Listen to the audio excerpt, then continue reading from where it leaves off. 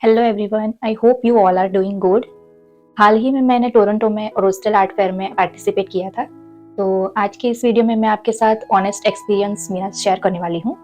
तो इसमें बात करेंगे हम किस तरह मैंने पूरी तैयारी की, कैसा मुझे बेसिक खर्चा हुआ, कैसे मैंने आर्ट वर्क प्रिपेयर किया और मेरी प्रेजेंटेशन के लिए मुझे क्या क्या ज़रूरत पड़ी, और सबसे इम्पोर्टेंट मैंने क्या सीखा इससे, मेरे पहले आर्ट फेयर से। तो एंड तक ज़रूर देखना। तो सबसे पहले हम देखते हैं application and basic setup costs. आमतौर पर अलग अलग फेयर में टेंट जो होता है उसका रेंट अलग से देना पड़ता है, या तो फिर हम अपना खुद का बाय कर सकते हैं और वहाँ पे ले जा सकते हैं। पर इस आर्ट फेयर में उनके एप्लीकेशन फ़ी में सब कवर था, तो मुझे अलग से टेंट लेने की ज़रूरत नहीं पड़ी, तो उसका मेरा खर्चा बच गया। फिर आता है डिस्प्ले का सेटअप। तो उसके लिए जो प्रोफेशनल मैश वॉल आती है वो बहुत ही महंगी आती है। तो मैंने क्या किया, ग्रिड पैनल मैंने बाय की ऑनलाइन, जो कि काफ़ी अफोर्डेबल मुझे मिल रहा था ऑप्शन। तो 3 का सेट मैंने लिया। तो टेंट की जो 3 साइड होती है उसमें एक साइड मैंने एक मैश वॉल खरीदी जो काफ़ी अफोर्डेबल मुझे मिल गई थी। तो एक साइड मैंने मैश वॉल लगाई। फिर जो आता है back side of the tent जो कि दिखता है सामने से, तो उसमें आप फोटो में भी देख सकते हैं कि मैंने 2 ग्रिड पैनल लगाई, एक के नीचे एक हॉरिजॉन्टल। और इसके लिए मैंने मदद ली जिप टाई की, जो हैवी ड्यूटी जिप टाई मैंने बाय की थी। और जो इस साइड होती है left side of the tent, मैंने वहाँ पे एक ग्रिड पैनल लगाई। और हालांकि मैं कुछ छोटे आर्ट वर्क भी अपना सेल करने के लिए, डिस्प्ले के लिए रखने वाली थी, तो उसके लिए मैंने एक टेबल जो मेरे पास था, तो उसका खर्चा मेरा बच गया था, तो मैंने टेबल भी वहाँ पे रखा था। और सिर्फ मुझे टेबल क्लॉथ लेने की जो कॉस्ट है वो मेरा एक्सपेंस हुआ, वो मुझे खरीदना पड़ा। 3 sets of grid panel and 1 mesh wall, जो कि मैंने आर्ट वर्क हैंग करने के लिए बाय किया। अब देखते हैं आर्ट वर्क प्रिपरेशन। तो मेरे पास इन्वेंटरी बहुत सारी थी अभी तक, जो मैंने अपनी कैनवास पेंटिंग बनाई थी 20 या 25 जैसे मैंने रखी थी। हालांकि मेरे पास इससे भी ज़्यादा है। तो उसको तैयार करने के लिए सबसे पहले उसकी जो बॉर्डर्स थी वो मैंने पेंट की। फिर उसके बाद सभी पेंटिंग को मैंने अच्छे से वार्निश किया, क्योंकि वार्निशिंग करने से वो यूवी रेज और डस्ट से प्रोटेक्ट हो सकती है लॉन्ग टाइम के लिए। फिर डी रिंग और वायर की हेल्प से मैंने सभी पेंटिंग को वायर किया हैंग करने के लिए, और एस हुक की हेल्प से मैंने मैश वॉल और ग्रिड पैनल के ऊपर सभी आर्टवर्क अच्छे से डिस्प्ले किए, जो कि आप फोटोज़ में देख सकते हो।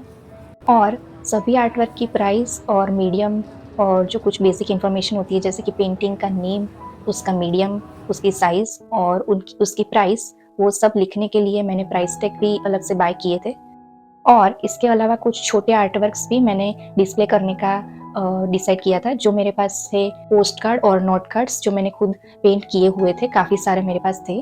तो उसके लिए मुझे क्या-क्या एक्सपेंस पहुँचा उसे डिस्प्ले करने के लिए। तो सबसे पहले मुझे रखने थे वो टेबल के ऊपर, तो उसके लिए मैंने अच्छा सा कंटेनर प्लास्टिक का बाय किया।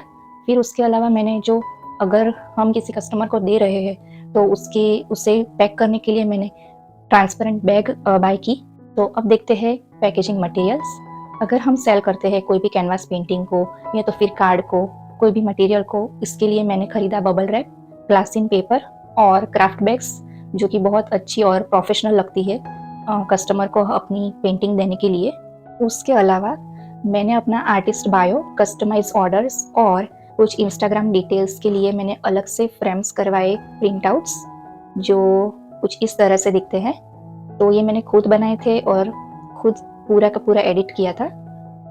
आई होप ये सब छोटी-छोटी चीज़ें आपको काफ़ी हेल्पफुल हो।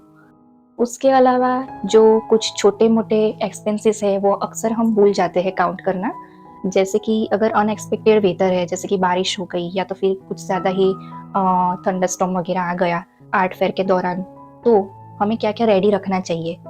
पहली चीज़ है प्लास्टिक कंटेनर, जिसमें हम सेफली हमारा जो आर्ट वर्क है उसको पैक करके रख सकते हैं और पानी से बचा सकते हैं अगर बारिश आ गई तो। और इसके अलावा कुछ बड़ी सी प्लास्टिक बैग्स, छोटी प्लास्टिक बैग्स भी हमें रेडी रखनी चाहिए कि हम अपना सामान उसमें पैक कर सकें। तो ये कभी मत भूलना ले जाना। और इसके अलावा फिर जो कुछ एक्सपेंस है, जैसे कि अगर आप कार से ट्रैवलिंग कर रहे हो, सब कुछ ले जा रहे हो, और जो ये आर्ट फेयर था डाउनटाउन में, तो पार्किंग का भी खर्चा एक्सपेंस हो जाता है ऐसे केस में। और छोटा-मोटा जो हम कॉफ़ी और स्नैक्स वगैरह लेते हैं, तो उसका भी एक्सपेंस हमें गिन के चलना पड़ता है। और आर्ट वर्क के पहले इन्वेंटरी के लिए मैंने क्या प्रिपेयर किया था, तो मैंने एक पूरी लिस्ट बनाई थी जिसमें मैं कौन-कौन से पोर्ट्रेट्स या छोटे आर्ट वर्क्स या तो फिर मेरी कैनवास पेंटिंग मैं ले जा रही हूँ, वो सभी का मैंने लिस्ट बना के रखा था, प्राइस और सब।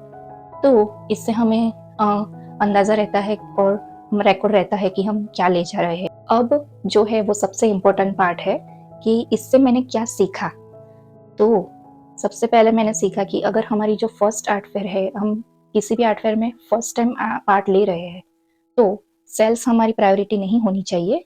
तो सेल्स के साथ लर्निंग भी हमारी प्रायोरिटी होनी चाहिए। तो इस पहले आर्ट फेयर में जितना मैंने सोचा था उतनी मेरी सेल्स नहीं हुई, पर लर्निंग मुझे बहुत मिली। जैसे कि मुझे बहुत कुछ काम की बातें समझ में आई।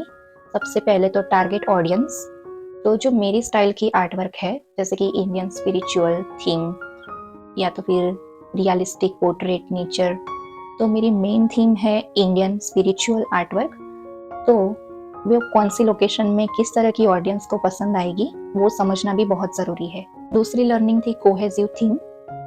हालांकि ये मेरी फर्स्ट आर्ट फेयर थी, तो किसी तरह मुझे सेल करना मेरा प्रायोरिटी था कि कम से कम मुझे थोड़ी बहुत तो सेल करनी है लर्निंग के साथ साथ। तो मैंने क्या किया, अपनी जो भी जिस भी मीडियम की, जो भी स्टाइल की मैंने अभी तक आर्ट वर्क्स बनाई थी, वो सारी ही मैंने डिस्प्ले की थी। जैसे कि मैंने बताया pencil portrait, Indian spiritual theme art work, nature scenery paintings, post cards, note cards etcetera.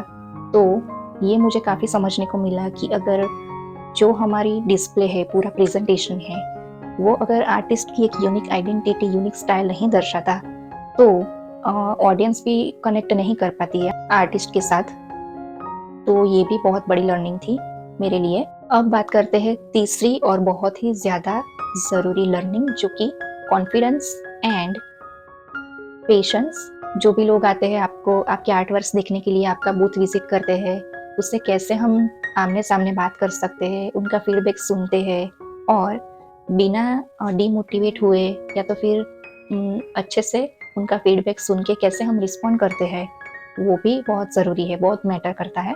तो फाइनली ये मेरे पहले आर्ट फेयर में मुझे कई लोगों से, वो या तो फिर इंडियंस हो या तो फिर लोकल टोरंटो क्राउड हो, उनसे बहुत ही ज़्यादा पॉजिटिव फीडबैक मिला और मोटिवेशन मिला कि आपकी पेंटिंग बहुत ही अच्छी है, सुंदर है, यूनिक स्टाइल आपका दिख रहा है आपकी रिसेंट पेंटिंग्स में। जैसे जगन्नाथ जी की पेंटिंग हो गई, विश्वरूप की पेंटिंग हो गई, और जो सारी ही अलग अलग मीडियम में आपने काम किया है, जैसे कि रियलिस्टिक पोर्ट्रेट हो गए कि एक्रिलिक पेंटिंग हो गई, तो उसमें टेक्निकली आपने बहुत ही स्ट्रॉन्ग अपना काम दिखाया है।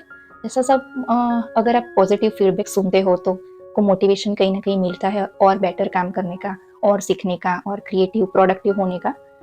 तो ओवरऑल ये एक्सपीरियंस मेरे लिए बहुत ही अच्छा रहा।